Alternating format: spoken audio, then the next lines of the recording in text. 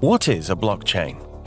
In the world of finances, every bank's task is to record the history of transactions and balances of all accounts in the accounting system. When banks make transfers between themselves, another institution watches over them and keeps their own transactional history and balances. Every operation is overwatched by a central bank that belongs to an international site of central banks and organizations that keep ledgers of central banks. In the world of cryptocurrency, it looks completely different. Storing the balances of all accounts and transactional history is based on a global scattered site in which every participant stores exactly the same copy of database called blockchain. How does this system work? Its foundation is the database that stores the records of account balances and all transactions that has happened in the system from its very beginning. Blockchain is the first database in the history of the world that is immutable. Nothing can be removed or modified inside of it. Only fresh blocks with new transactions can be wrote in. Production of the new block is not an easy task. It requires the commitment of time and computing power. The person that is the first to find a very large number called hash block and promotes it to other members of the site in return receives newly generated units of a given cryptocurrency.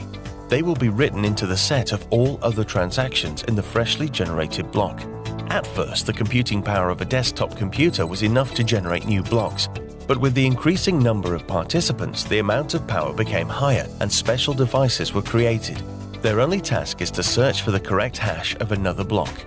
The increasing computing power also resulted in radical escalation of safety of the whole site and the data stored inside of it, lessening the risk of anyone's interference in the blockchain structure.